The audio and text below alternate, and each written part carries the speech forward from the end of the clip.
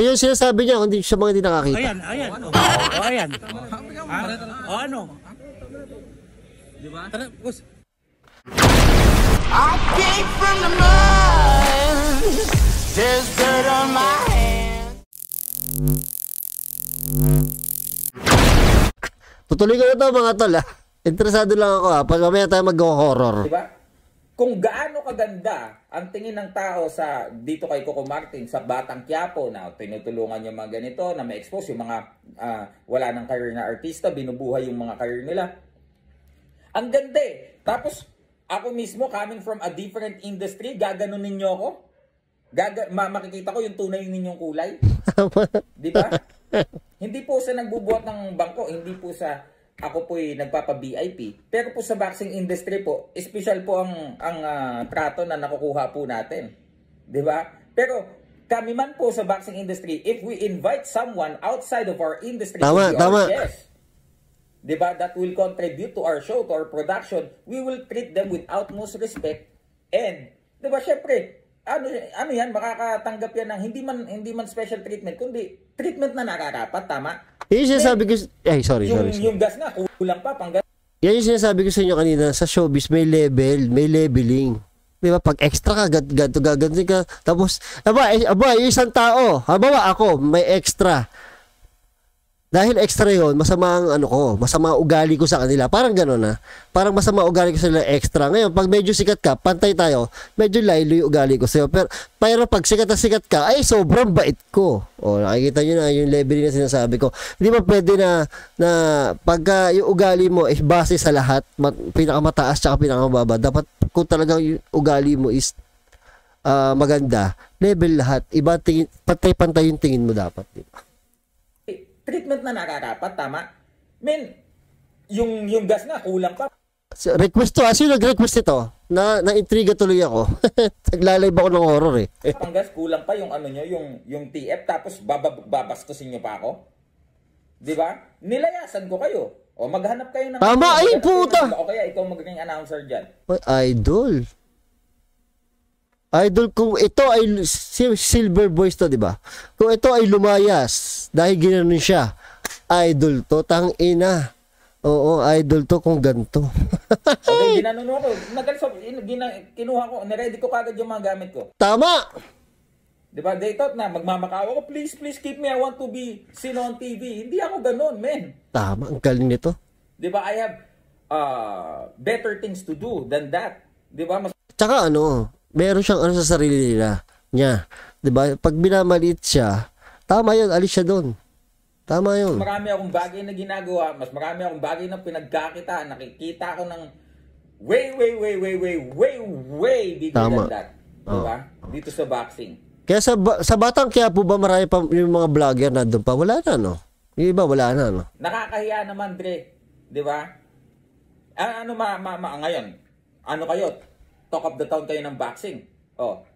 Kinuha nyo na nga ako dito from boxing industry. Again, alam nyo naman, dito sa boxing industry with MP Promotions, ano yung impression na maano sa inyo? Diba?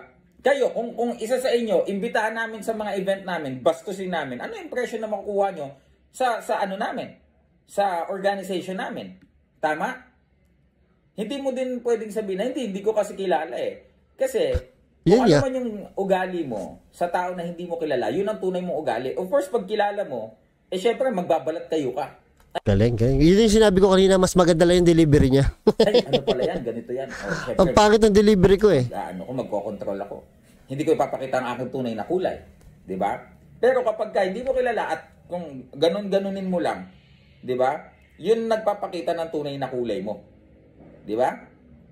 And shout out Mr. Coco Martin. Again, sir, check your people. Hindi ko naman nila lahat. I know some of them or most of them mababait, hindi naman hindi naman lahat. Hindi, actually, hindi talaga lahat. Meron lang mailan-ilan. Mga 50-50. But for me, an outsider and you guys called me up to to be in your taping kasi kailangan nyo ng serbisyo ko and to experience that, hindi maganda. Diba? Hindi Imagine guys Imagine. Halimbawa ikaw, doktor ka. Diba? You guys, ikaw na nanonood, doktor ka, sir, may sakit yung aming yung aming isa sa aming staff dito, pwede bang puntahan mo, dok? Gamutin mo. Okay. May isa dong hindi kilala. Nagka-problema sa parking. In-approach mo yung doktor. Ikaw sa susunod, wag mong sisigawan tao ko What? Do you think may susunod pa? Hindi, ayaw nga dapat pumunta dito. Di ba, ganun lang yun. Hindi lang din tayo sanay, lalo na sa boxing industry, kasi sa boxing industry, uso yung mutual respect. Di ba? We respect. Boxer ba siya? Hindi ko alam eh. Request ko kasi ito eh. Ngayon ko nga nalaman si Silver Boys to eh. Boxer ba siya? Pero sasubscribe ko siya. Idol ko to eh. Umalis siya eh. Pinanindigan niya eh. No? Galing. And then you guys will respect us. Pag di kayo nirespeto ng kahit sino, tama yun. Alisan nyo. Kahit boss nyo pa yan. Without demanding for it. Love yourself. Diba? Itong mga ito, alam ko naman na sa industriya na yan, entitlement, usong-uso. Dati din po ako nagtatalent nung araw.